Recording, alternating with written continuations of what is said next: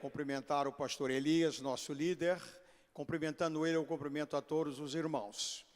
Eu gostaria que você se assentasse neste momento, e eu tenho meia hora, né, o tempo determinado, e a gente vai procurar ficar dentro daquilo que foi determinado, né? Diga para a pessoa que está ao seu lado: o ano de 2025 será o melhor ano da sua vida. Em nome do Pai, do Filho e do Espírito Santo. Glória seja dada ao nome do Senhor. Meus queridos irmãos, durante muitos anos, eu tenho 60 anos de ministro, 56 de ministro ordenado, e 60 anos pregando o Evangelho. Este ano eu faço 80 anos, sou da quarta idade. E eu tenho aprendido muito, e um livro que eu escrevi, Maturidade Espiritual. Quando a gente é jovem e é infante, né, na infância e na juventude, a gente aprende. Na maturidade, a gente entende. Não é a flor que sustenta a árvore, nem tampouco o fruto. O que sustenta é a raiz. E este livro aqui, Maturidade Espiritual, tem sido uma bênção na vida de muitas pessoas, né? A gente fala sobre maturidade espiritual, maturidade familiar, maturidade profissional, maturidade social, ética, educacional, doutrinária, financeira e maturidade financeira. Hoje é um problema tremendo, o pastor estava falando, né? O problema da separação de casais não é, irmão, incompatibilidade de gênero, é dinheiro, muito dinheiro ou pouco dinheiro, né? Então, como é que você pode adquirir uma maturidade financeira? Este livro aqui, com mais de 700 versículos, explica tudo direitinho, né? Maturidade, todos crescem para amadurecer. Familiar, empresa, escola, dominical, e é muito importante. Então, tem 10 atitudes bíblicas sobre posição e postura, 23 passos essenciais sobre conduta e comportamento, 16 virtudes do caráter que agrada a Deus, 11 degraus do crescimento espiritual adequado, 21 marcas de uma vida responsável, 18 chaves para entender a revelação bíblica, 15 segredos como aprender a aprender, 36 etapas da oração vitoriosa, crescendo sempre, como ter uma família madura e feliz, 15 segredos sobre o mistério do casamento, 9 passos bíblicos do amor verdadeiro, 11 obrigações do marido responsável, 12 deveres da responsabilidade dos pais, 8 exemplos de pais bíblicos, 22 atitudes de filhos para honrar os pais, 24 atitudes de quem devem ser feitas, deixa eu falar, 23 atitudes que não devem ser feitas em relação à igreja, 27 passos para crescer em fidelidade, 46 lições sobre obediência, submissão e humildade, 35 lições fantásticas sobre santificação, santidade e consagração. Como administrar as crises, o tempo e o dinheiro. E aqui, né, 35 lições fantásticas sobre, né, como ser usado poderosamente nas mãos de Deus. Então é um livro extraordinário. Quando terminar ali fora com a minha esposa, eu estarei para atender os irmãos em nome de Jesus. Vamos abrir a palavra de Deus agora para uma reflexão bíblica no livro de Neemias. Neemias, o capítulo de número 1. Neemias, capítulo de número 1. Neemias, o copeiro que se tornou um governador. Neemias, ele era copeiro, mas não era um copeiro qualquer, era o copeiro da maior autoridade, do rei da Pérsia. E Neemias, como copeiro, se tornou governador. Diz assim, capítulo 1, versículo 4 de Neemias, se puder colocar no telão ali, eu apreciaria. Diz assim: e sucedeu que, ouvindo eu estas palavras, assentei-me e chorei, e lamentei por alguns dias, e estive jejuando e orando perante o Deus dos céus. Neemias, irmãos, ele foi um grande homem, ele foi um líder confiável, ele foi um homem corajoso. Ele disse: um homem como eu não fujo. O obreiro, irmão, não foge. O obreiro não olha para trás. O obreiro não abandona o rebanho. Jesus diz assim: ser pastor não é fácil. Vocês vão tirar a ovelha da garra do lobo.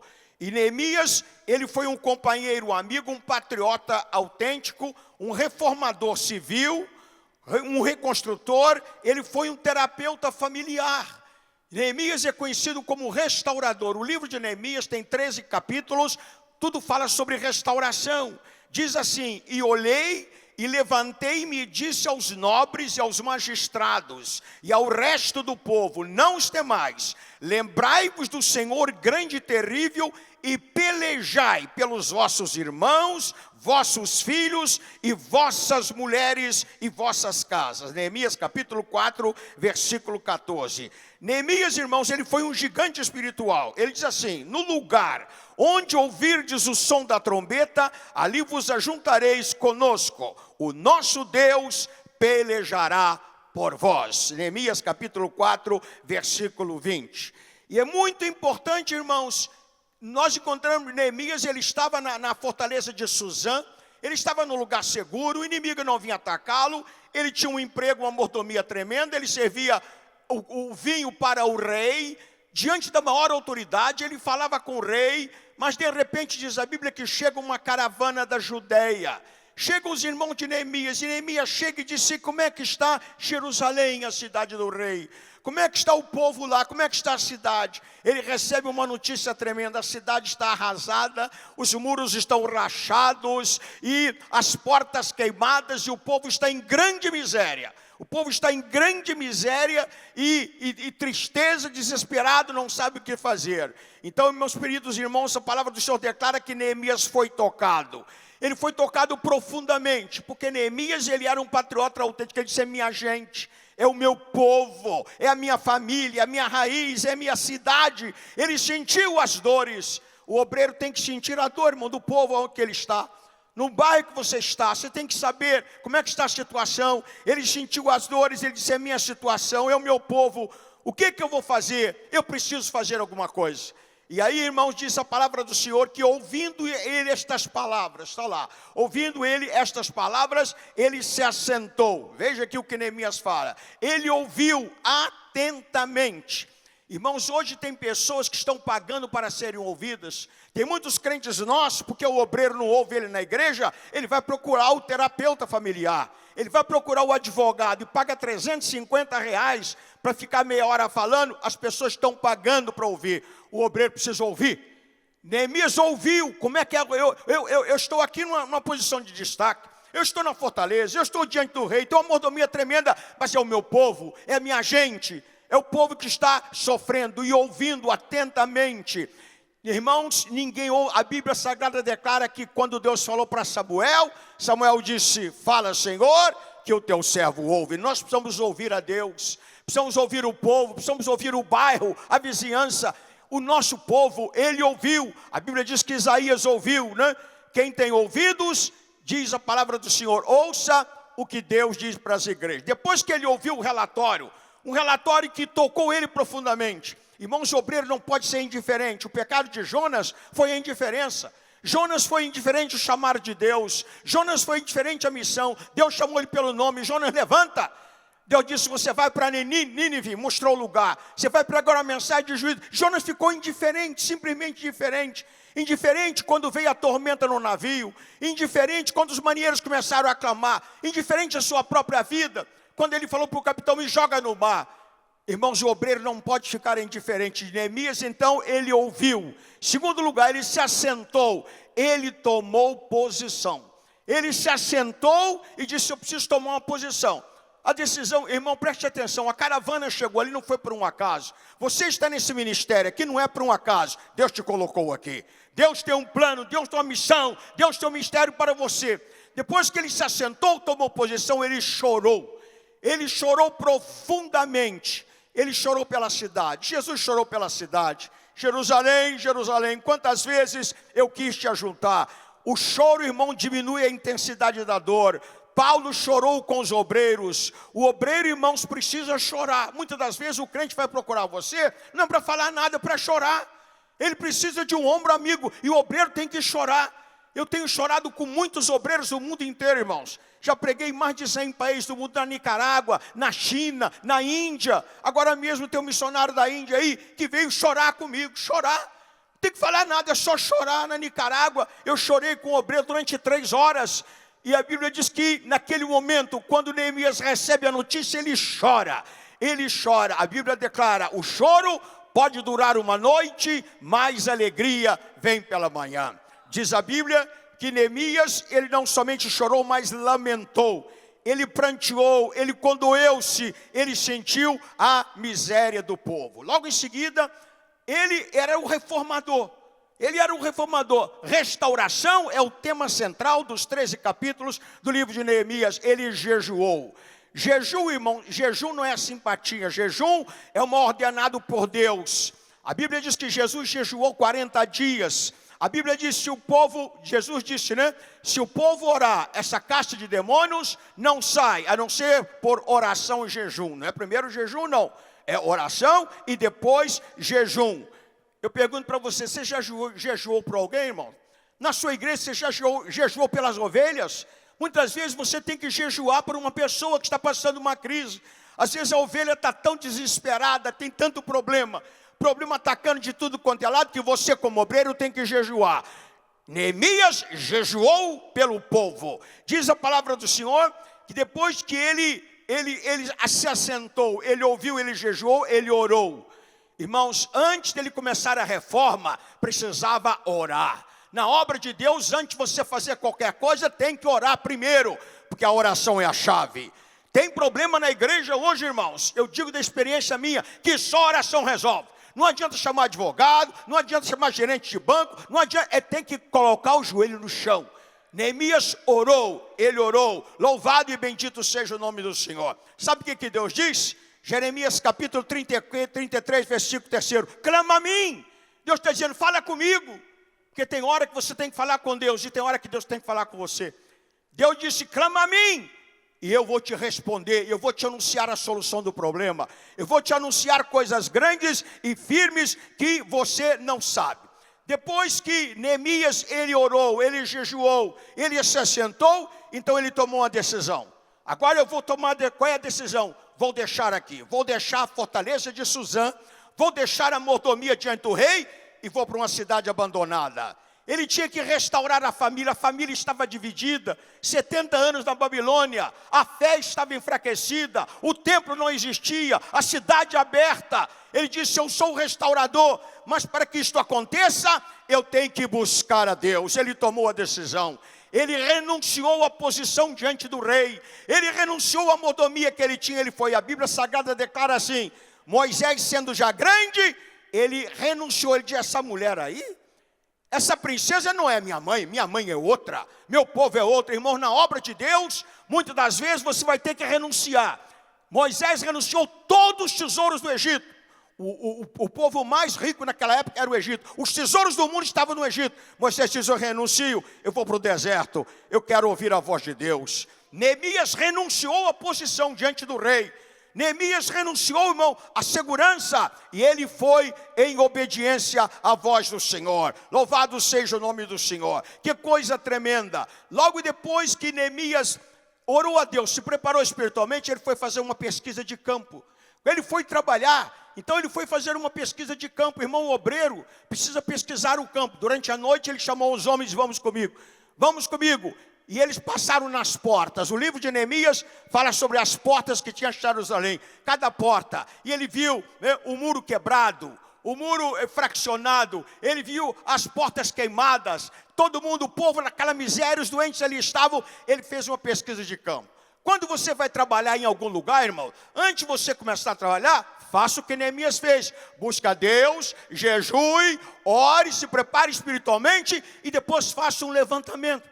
Faça um levantamento. Não, irmão, é uma coisa tremenda. A gente tem, eu sou da Assembleia de Deus, pastor Elias me conhece há muitos anos, sou da Assembleia de Deus, meu pai pastor da Assembleia de Deus.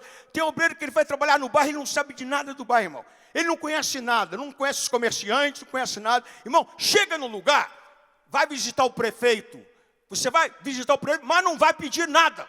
Porque os prefeitos chegou o pastor, não peça nada, diga prefeito, eu sou pastor da Assembleia de Deus de Perus, sou presbítero, estou aqui na cidade, quero me colocar à sua disposição. Visita o juiz da cidade, Visita o comerciante, visita o pessoal da estação de bairro. Irmão, dentro de 2 semanas você está conhecido da cidade.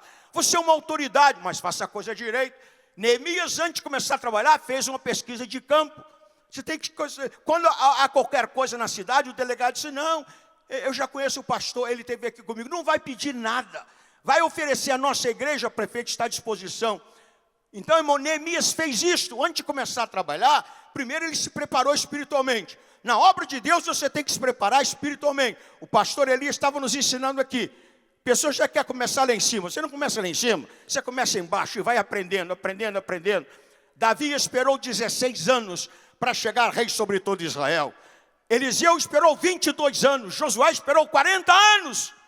Tem que se preparar, conhecer o povo, que tipo de gente eu vou pegar. Quantos desempregados tem aqui, viciados em drogas, pobreza. Fez uma pesquisa de campo. Depois que ele fez a pesquisa de campo, ele se identificou. De eu trabalho com o rei, né? O rei da Pérsia, e agora eu vim aqui porque eu amo o meu povo. Quantos nordestinos tem aqui? Levante a mão, pessoal do Nordeste. Você sabe que você é responsável pelo Nordeste? É o seu povo e a sua gente. Não pode esquecer, não. Eu admiro a visão missionária que esta igreja tem, porque eu sou missionário. O pastor aqui não discrimina ninguém, porque irmão Neemias disse, é o meu povo, é a minha gente, é a minha raiz. Eu tenho que salvar, você tem responsabilidade diante de Deus. Depois então que ele fez a preparação espiritual, ele fez a convocação. Irmão, na obra de Deus ninguém trabalha sozinho. Nenhum obreiro, uma andorinha só não faz verão. Você precisa de gente. O pastor Elias precisa de você e você precisa dele. Todo obreiro, Jesus convocou, Jesus saía pelas praias, 20 após mim, vos farei pescadores de homem. Você precisa de pessoas, agora preste atenção. O pastor manda um obreiro para uma congregação. Ele chega lá na primeira semana, ele começa a fazer mudança. Aquela irmã que está 40 anos no ciclo de oração, ele tira. O irmão do coral, a irmã, ele tira. Irmão, pelo amor de Deus, não faça isso. Ganhe o povo primeiro, depois começa a fazer as mudanças. Porque as pessoas não se unem a projetos, se unem a pessoas. Porque eu tenho um projeto, apresento o projeto daqui a 6 meses. Vai orar com a irmã do ciclo de oração, vai se colocar à disposição, vai visitar os crentes, vai conhecer o estado das ovelhas. Depois que você ganha o povo, Neemias disse, antes de eu ganhar a mão do povo, o povo vai trabalhar, a mão do povo vai levantar a cidade, eu tenho que ganhar o coração. Como obreiro, você tem que ganhar o coração do povo, para depois ganhar as mãos. Depois de 6 meses, você chega para as irmãs e diz, irmãs, eu estava pensando um trabalho aqui para as irmãs. Ah, pastor, nós também estávamos pensando. E às vezes tem gente que nem gosta do projeto que você vai apresentar, mas você já ganhou o coração dele. Eu vou entrar no projeto com o pastor porque ele ganhou o meu coração. Neemias ganhou o povo. Você tem que ganhar o povo, tem que cumprimentar as pessoas. A obra seria grande, a obra seria, irmãos, extraordinária. Levantar, transformar a cidade, restaurar a família dividida, restaurar a fé, restaurar o plano social. É uma restauração completa. Eu recomendo aos irmãos que você estude profundamente o livro de Neemias. 13 capítulos, é fácil, e comece a aplicar os princípios bíblicos que ali estão. Diz a Bíblia, irmãos, que ele fez o quê? Ele orou, oração. Sabe quantas orações tem no livro de Neemias? 12 orações. Neemias faz 12 orações. Tem obreiro que não ora mais, irmão. Quer resolver o assunto da igreja na inteligência artificial. Acaba com isso, joga o joelho no chão, vai gemer como Neemias gemeu. Vai chorar, vai lamentar. Outra coisa, irmão, outra coisa importante que Neemias fez, Neemias confessou os pecados. Ele confessou os pecados dele e confessou os pecados do povo também. Você sabia que isso é bíblico? Você sabia que você vai ter que confessar, senhora, aquele obreiro meu, cabeça dura, pisou na bola, mas eu estou pedindo perdão. Neemias confessou o seu pecado, confessou o pecado do povo. Muitas das vezes você vai ter que confessar o pecado do povo. E preste atenção. O obreiro é como Moisés. A Bíblia declara que Deus falou para Moisés, desce lá porque o povo desviou tudo. O povo desviou e Moisés desceu. Quando Moisés chegou, estavam os bezerros de ouro. E Deus estava irado. Deus chegou com Moisés e disse, Moisés, eu vou destruir todo mundo aqui agora. Vou destruir tudo, vou matar tudo, mas não fique triste. Eu vou levantar uma nação. Vou levantar um povo, mas eu vou acabar. Naquele momento, irmãos, sabe o que Moisés disse? Não, senhor, não vai matar não. E ficou na frente. Não vai matar não, ficou na frente. O que as outras nações vão dizer? Eu quero dizer para você o seguinte, escuta aqui. Aqui teve obreiro que não morreu ainda, porque o pastor Elias entrou na frente. Não mata, Senhor. É meu obreiro, é cabeçudo, mas é meu obreiro. Não mata. Aí Deus disse, eu não vou matar, porque eu sei quem você é, Moisés. Eu conheço o teu caminho, eu conheço a tua consagração. Preste atenção, irmão. Neemias se colocou na frente do povo para defender. O povo estava desviado, a fé estava fracassada, a família separada. Mas ele, o que ele fez? Ele fez 12 orações. A Bíblia declara que Jó orou pelos seus filhos. Jó pediu perdão pelo pecado dos seus filhos. Muitas das vezes na igreja você tem uma ovelha, é aquela ovelha rebelde. Você tem que orar, Senhor, abençoa esta minha ovelha. Eu peço perdão por ela. Você tem autoridade bíblica para isso, irmãos. A Bíblia está cheia de exemplos. Louvado seja o santo nome do Senhor. É muito importante você ver o perdão de Deus. E a Bíblia declara que quando Moisés chegou dizendo, não mata não, Deus disse, não vou matar não. Por quê?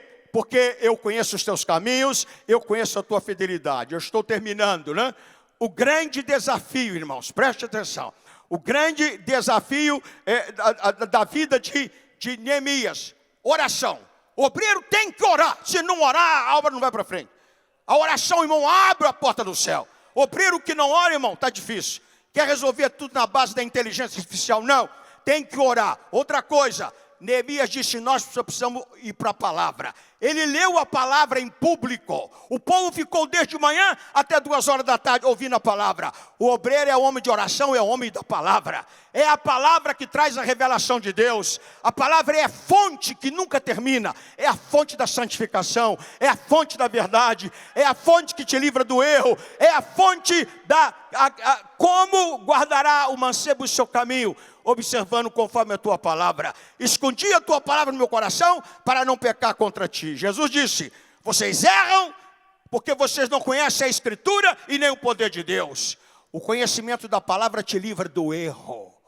O conhecimento da palavra te livra do erro. Então Neemias, ele leu, reuniu o povo, vamos ver as promessas de Deus. Vamos ver o que a palavra diz. Vamos fazer aliança, fizeram uma aliança pública. Eu gosto muito aqui da reunião aqui. O pastor esta manhã nos ensinou aqui. Colocou os alinhamentos. Aqui tudo é público, não tem nada debaixo do tapete aqui. Aqui não tem caixa 2. Aqui não tem esquema de fulano, de cicrano. Aqui tudo é aberto. E Deus se agrada deste comportamento. Deus se agrada e Deus tem aprovado esse ministério. Então, irmãos, ali nós encontramos a oração, a palavra. E depois, então, o que aconteceu? Depois que ele se preparou, ganhou o povo, ganhou os homens, né? E disse, peleja por você, peleja pela sua mulher, peleja... Irmão, nunca teve tanto ataque contra a família como agora. Uma coisa tremenda, o pastor está falando de casamento, né? Uma ocasião, o pastor Billy Graham estava num congresso, ele e a esposa dele, a irmã Ruth. A Ruth, que era filha de missionários americanos na China. Aí o irmão pastor estava dando um seminário sobre casamento, sobre família. Aí perguntou, pastor Billy Graham, eu queria fazer uma pergunta para sua esposa. O irmão me permite fazer? Pastor Billy Graham disse, pode fazer, irmão. Aí ele virou e disse assim, irmã Ruth, eu vou fazer a pergunta para a senhora, mas a senhora seja sincera. Fala a verdade. Vai falar? Vou falar. Ela perguntou, a senhora já pensou algum dia se separar do seu marido, o pastor Billy Graham? Ela disse, pastor, pensar em separar dele não, mas matar ele eu já pensei várias vezes. Mas separar dele não. E aí, irmão, eu estava numa igreja no Rio de Janeiro, aí o pastor ia pregar, o pastor, o vice-presidente, irmão, pastor, quanto tempo você é casado, hein? 52 anos. 52 anos você é casado? Com uma só esposa? É, com uma só esposa. Porque tem uns obreiros aí que tem filial por aí, né, irmão? Filial por aqui, filial para lá, tal. É 52 anos. Aí o pastor perguntou, o senhor já brigou alguma vez com sua esposa? Ele disse, nunca briguei. E em 52 anos?